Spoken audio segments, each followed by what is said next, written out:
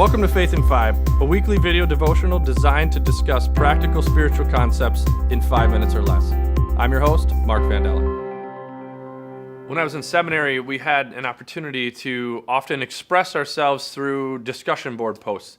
My seminary was all online, so we didn't often interact with classmates in person or our professors in person, but whatever we were studying, we would have an assignment, and I said opportunity because it made me feel better about doing an assignment, but we would have these opportunities to reflect on what we read, or if it was a video that we watched, we'd be able to share our thoughts and our beliefs. And then the second part of the assignment was always to comment on at least 2 other students' posts.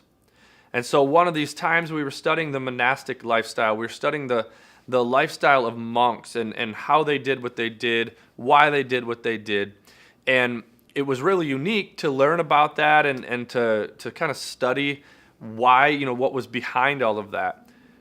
But one of the things that struck me was one of my classmates posted, it was supposed to be like a 500-word just kind of reflection. One of my classmates wrote like a 2,000-word essay on how perfect the world would be if we could all just live like monks.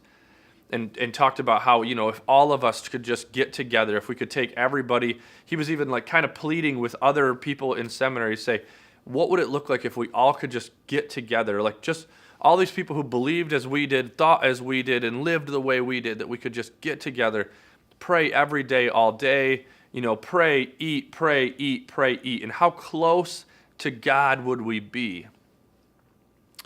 And I just responded to his. It seemed like actually a really easy one to respond to, because that seemed like that living that lifestyle for God was really living it for us.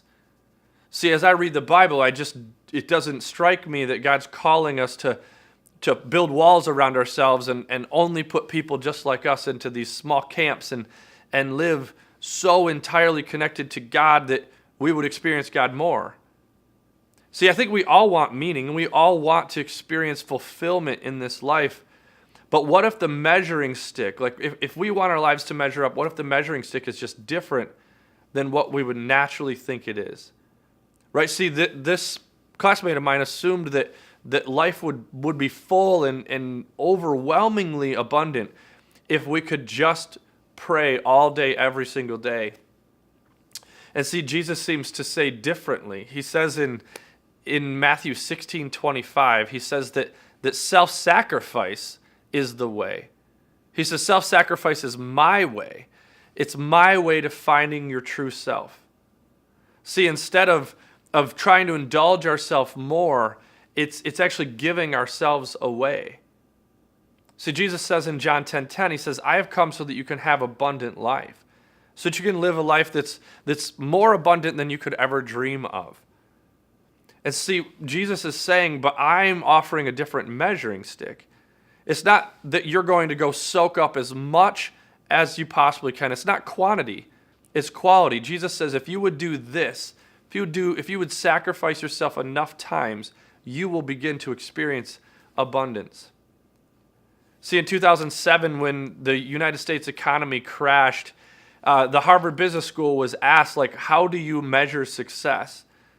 And the president of the business school said, up until this point, we always measured success based on achievements, like the basic standard success measurements. But now that kind of got obliterated, we're having to look at different things. And he says, from now on, the Harvard Business School will no longer measure success of our students by their achievements alone. We will now measure the success of our students by the number of lives they've impacted, the number of lives that they've changed.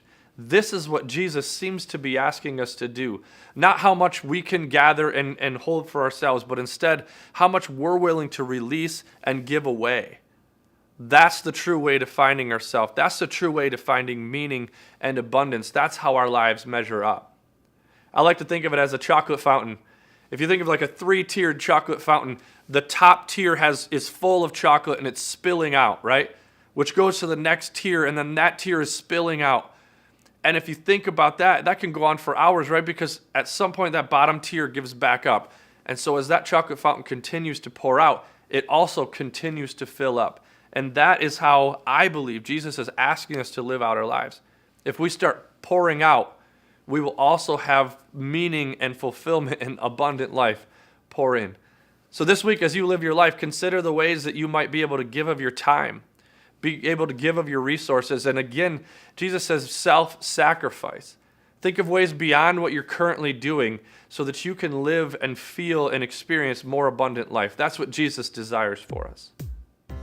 Thanks for tuning in. If you want to follow us each week, click here to subscribe. And if you want to take it a little bit further, click here for discussion materials.